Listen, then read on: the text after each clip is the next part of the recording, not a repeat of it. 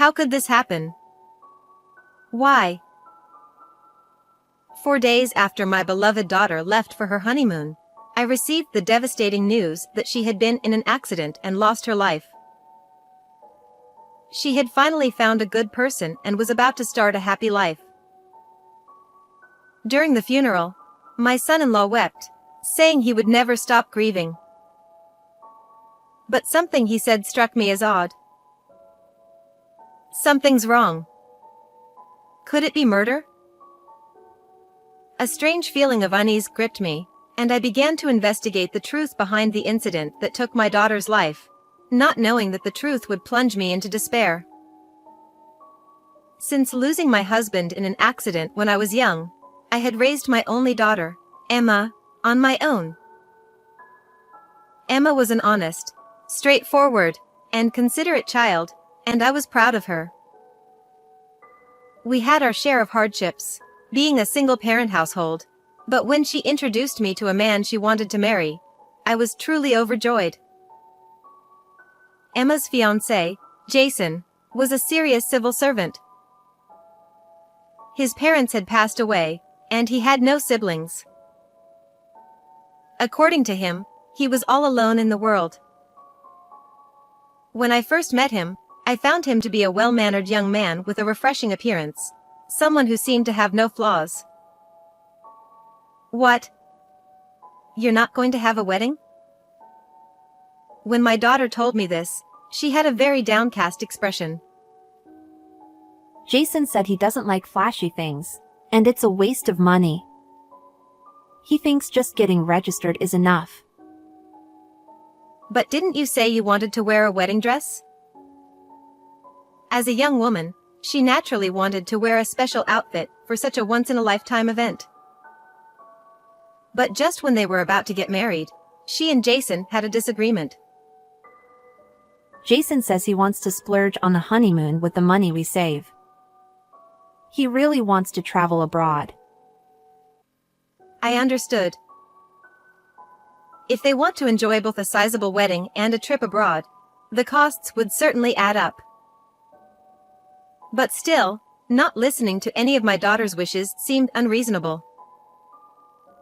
They could have compromised, like choosing a domestic trip or finding a budget-friendly option for the international trip. The fact that Jason seemed to disregard Emma's feelings made me uneasy. Still, I didn't want to strain their relationship. With that in mind, I decided to invite them over to my house. Emma, do you mind if I try to persuade Jason? I asked her, and then spoke directly with my son-in-law. Jason, think of this as just a mother's selfish desire to see her daughter's special day. Could you have a wedding ceremony, even if it's just for photos? Well, I still want to make our honeymoon something special. As someone without parents, he might not have appreciated me, as the mother-in-law, taking Emma's side. But they say that dissatisfaction with a wedding or childbirth can linger for a lifetime.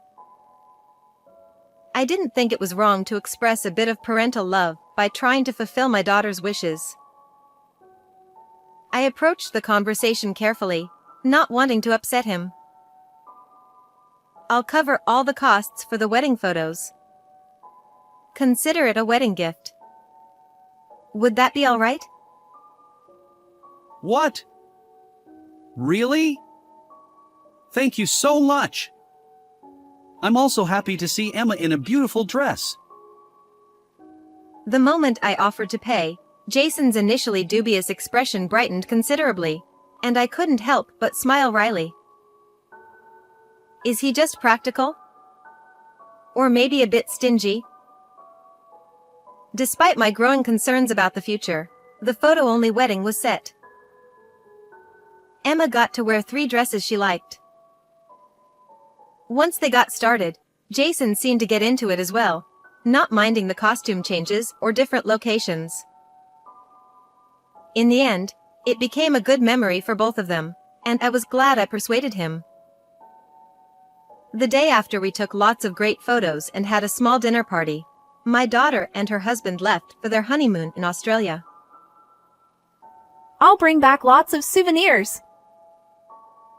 Those were the last words I ever heard from her. What? What did you say? I received a sudden call from someone claiming to be with the local police, but their heavily accented English made me think it was a prank call. However, the person on the other end quickly passed the phone to someone else, who spoke fluent English and clearly informed me. Your daughter has died. It was 4 days after Emma and Jason had left. They told me that my daughter drowned while diving. Apparently, she had twisted her ankle while sightseeing the day before they were supposed to dive. Despite that, she insisted on going into the water because she was looking forward to it. I think, at some point, the call transitioned from the police to my son-in-law, but to be honest, I don't remember much from that moment. By the time I came to my senses, Jason had returned home. My daughter's body had been brought to the funeral home, and I was holding Emma's memorial portrait. Wearing mourning clothes, I found myself bowing and receiving condolences from one mourner after another. It was only then that I started to fully grasp what was happening right in front of me. Perhaps because I was in such a state, or maybe he felt the same, Jason hardly spoke to me until the day of the funeral. My sincere thanks to everyone for attending my wife Emma's funeral today. My son-in-law said, delivering the eulogy. His voice was flat, almost mechanical. But as he began recounting the events leading up to my daughter's death, his voice started to tremble. Eventually, he broke down, sobbing and struggling to finish his sentences. They were supposed to start a happy life together. And now this. No one could have expected such a tragedy. Of course, it's understandable that he would react that way. But... wait. At first, his speech seemed like the usual funeral remarks. Yet, something felt off to me. Later, as I spoke with some of Emma's friends who had attended the service, I noticed even more strange details. Friends were saying things like, I didn't know Emma was married. It's my first time seeing her husband. To my surprise, it turned out that Emma and Jason hadn't told anyone about their marriage, and they didn't share any mutual friends. Maybe they planned to announce it once the photos were ready? But is it really possible that no one knows Jason? There was a fair number of mourners at the funeral, but none seemed to be from Jason's side. Was that normal? Something didn't sit right with me. I felt that the only way to resolve my growing doubts was to speak directly with Jason. But before I could do so, the situation took a drastic turn due to a statement made by one of the funeral attendees. It was 2 weeks later when I finally contacted my son-in-law. By then, he must have been overwhelmed with sorting through Emma's belongings and dealing with insurance paperwork. I still have some of Emma's insurance documents here. I'm sorry, but could you come by to pick them up? As soon as I said that, he came rushing over. Hello. Where are the papers? He started to ask, but before he could finish, a large fist slammed into his face. Jason's body lifted slightly off the ground before crashing back down onto the floor. What? What? What? He clutched his face, utterly confused. No wonder. He hadn't seen this coming. Finally, we found you, you idiot brother! You tricked my aunt and cousin. How dare you? Waiting in the room with me were my niece Amy, who had traveled from afar, and Jason's older brother, John. So this is what was going on. I was right to trust my instincts back then. What? What's happening? Why is my brother here? Jason stammered, still dazed. The unease I had felt during Jason's eulogy at the funeral was now clear. On that day, through his tears, Jason had told the mourners that his wife had attempted to climb Ayers Rock the day before the diving trip. He explained that she had slipped and twisted her ankle, which caused her to drown because she couldn't swim properly. But that story doesn't add up, I said. Why are you bringing this up now? And why is my brother here? You lied to me. Emma would never climb Ayers Rock. I stepped closer to Jason, who was still sprawled on the floor, glaring at him. She was terrified of heights, ever since she slipped and fell off a cliff during a hiking trip years ago. Emma was so afraid of heights that she wouldn't even step onto the second-floor balcony at home. There's no way she would willingly climb a rocky mountain. She only did it because I begged her. I knew the climb was going to be banned soon, and I really wanted to do it. She agreed, but that's why she... Jason trailed off, trying to sound remorseful. His face showed a pained expression as if he was burdened by guilt, but I wasn't buying it. Even if that were true, no husband in his right mind would let her go diving after she twisted her ankle. My daughter had been a seasoned diver, well aware of the dangers of diving in poor physical condition. She wasn't foolish enough to take such a risk just because she was excited about it. And I don't trust you anymore. Not after learning that I don't even know who you really are. Well, that's... I mean... Before he could stammer out more excuses, John grabbed him by the collar and forced him into a kneeling position. Ow! Ow! Ow! Jason cried, trembling and sobbing from the earlier punch. John was an imposing man, nearly 190 centimeters tall, with the build of someone who teaches martial arts. It's no wonder Jason was shaking. Anyone would be terrified to face him in a rage. But I didn't feel any sympathy for him. You're still up to your old tricks, huh? When did you become Jason? Your name is Jake. John shouted. So that's your real name? Who are you, really? Why did you deceive me and my daughter with a fake name? Explain yourself. Jason, or rather, Jake, avoided my gaze and refused to answer. Everything about him was a lie. His job, his claim of having no family, it was all fabricated. In reality, his parents were alive, and he had not one but two brothers. If you won't talk, then I will. I know exactly what you've been doing. No. You've been running marriage scams all over the country, haven't you? I heard you even served time in prison for it. According to John, Jake had been under the watchful eye of his family after being released from prison. For a while, he behaved himself, staying at home with his parents and brothers. But one day, he vanished without a trace when they let their guard down. I still can't believe it. To think I was living so close to such a criminal without realizing it. But thanks to Amy, we uncovered the truth.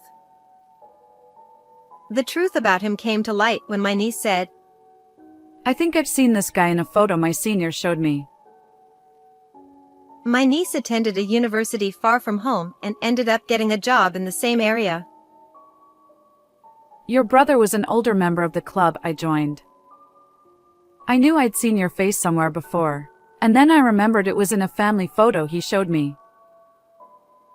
When my son-in-law heard this, his eyes widened in shock. He never could have imagined that there would be a connection between his family and someone in mine. Since the name was completely different, I thought it was just a coincidence. But I never expected him to be involved in something so dangerous. Nancy, Amy, I can't apologize enough. John said, bowing his head deeply, clearly filled with remorse. This guy has always been like this, ever since he was a kid, scheming and conning people out of money. I thought he might have changed after going to prison, but to think he'd do something like this to someone's daughter. Wait! What happened to Emma was an accident. I didn't do anything. Suddenly panicked, Jake interrupted. Oh. You sound as if someone had murdered my daughter. When I pointed this out, Jake's face immediately showed a look of regret, as if realizing he had made a mistake. Maybe the shock of being hit had made it harder for him to keep his lies straight. Of course, I made sure to investigate thoroughly. I worked with my niece, who's excellent at communication, to speak with local police officers and tour guides in Australia. Together, we uncovered the truth about what happened to my daughter. Emma hadn't injured her foot, and the real cause of her drowning was equipment failure, a leak in her air tank.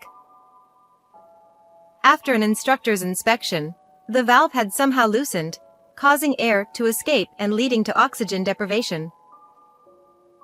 They checked the facility's cameras, and they clearly show you touching Emma's tank right before the dive.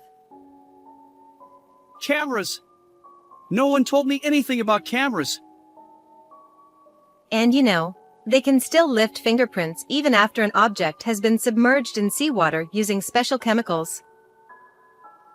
When I emphasized that we had the evidence, Jason broke down crying again. When I was fresh out of college, I had issues with some women at my job, and I stopped being able to trust them. Then, as if trying to evoke my sympathy, he suddenly began to talk about himself. And he thought I'd change my opinion of him because of that? But I never intended to harm Emma. I just wanted her to get hurt a little so I could claim compensation or some kind of injury benefits. So you were trying to scam the money, huh? You really are scum. John said with a sigh. And cut out the pathetic fake crying. He added. The trouble at your old job was your fault, wasn't it? You were so harsh and overbearing with the female employees that they quit, and that's why you got kicked out. I had already heard from his brother about how Jake had caused problems at a company he had reluctantly joined at his parents' urging, eventually getting fired. The story about being a civil servant was, of course, a lie too. He had been scraping by, living off the money he'd conned out of people. You've always been like this, a liar and a cheat, never living a decent life. John continued. Shut up! You're all just nagging at me from the sidelines. What the hell is wrong with you people? Realizing that everyone around him was against him, Jake stopped crying and started to get angry. What's wrong? That's exactly what I want to know. I'm not like your dad. I'm special, one of the chosen ones. I'm not cut out for working hard and sweating for a living. The absurdity of what he was saying left both John, Amy, and me at a loss for words. What's so wrong about wanting to make easy money? Jake continued. Is that all you have to say? I asked, glaring at him with a face full of anger. I didn't want to hear any more of his outrageous reasoning, but Jake was completely unfazed. I'm still her husband. I'm not agreeing to any divorce or termination of our marriage. The life insurance and survivor's pension are all mine. It's your daughter's fault for being gullible. His sinister smile made him look like nothing short of a scoundrel. Insurance money, huh? Well, all of that has already been taken care of. What? She never changed the beneficiary of her life insurance from before the marriage. And since you two didn't have any children, you're not eligible for the survivor's pension. As I calmly explained this, he was once again left speechless. Oh, did I forget to mention? I'm an active insurance agent. She came to me right before the trip, wanting to review her insurance. After helping her revise the beneficiary and coverage, I sent the two of them off on their trip, saying I'd handle the paperwork later. But just as I was about to finalize everything, the police contacted me, and I hadn't completed the process. Were you in such a rush for the money? But if you were planning to cash in on insurance, you should have at least checked who the beneficiary was before carrying out your plan. I didn't want to understand the mind of the person who took my daughter's life, but even from an outsider's perspective, it was a foolish and sloppy scheme. The insurance payout has already been deposited into my account. Damn it! This is your fault for dragging out the paperwork. Hand it over! It's mine! As he tried to approach me, demanding the money, John stepped in to hold him back. But at that moment, I reached my limit. My body moved on its own as I went to the bedroom, grabbed a bag containing bank card and credit cards, and hurled it at Jake's already bruised face.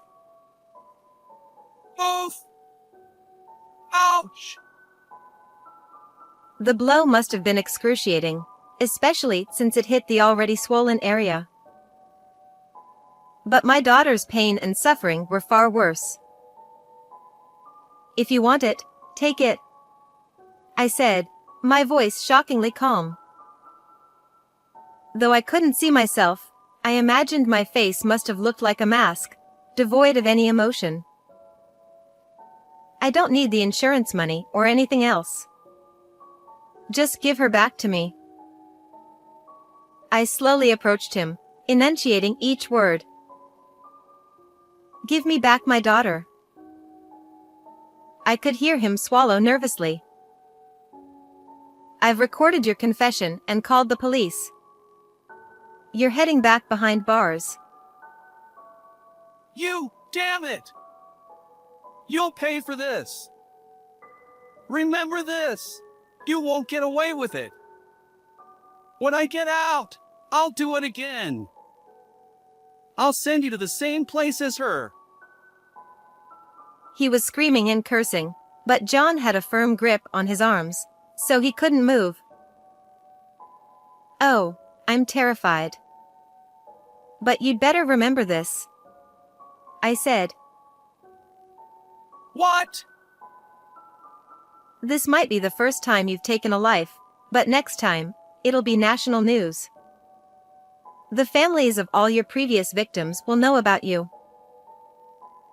Outside, the flashing lights of the police cars were already visible. I'll never forget you. You'll be in my thoughts forever. And the people you've deceived and tormented, each one of them will remember you too. What? What are you talking about? I'll be satisfied when you receive your legal punishment. But what about the others? I wonder how many people bear a grudge against you. Even after all this, Jake still didn't seem to get it. Not everyone seeks revenge through proper channels. Whoever is waiting for you, be prepared to face it. Amy let the police officers in as I spoke. When your name, face, crimes, and sentence are all publicized upon your release, who knows what will be waiting for you? I saw the color drain from Jake's face as he finally grasped the meaning of my words. Perhaps, at that moment, he started to count the sins he'd committed. John held onto Jake's arm until the very end, and my son-in-law made no attempt to escape as the police dragged him away. Perhaps the fear of what awaited him had drained him of any will to resist. In the end, Jake was arrested, and his face and real name were broadcast nationwide as his crimes were exposed to the public. With countless additional charges piling up, he won't be out from behind bars for at least the next 10 years. Even if he does get out, he'll be greeted with hefty lawsuits and a lonely life ahead. It seems his habit of lying and playing the victim hasn't changed in prison, leaving him isolated and distrusted by everyone. To this day, my daughter's former friends still visit my home daily, bringing flowers. Through these connections, I've made new friends, and their presence inspires me to live on strongly, carrying my daughter's memory with me. So, what did you think of this story? Don't forget to subscribe to the channel. I'll see you in the next video.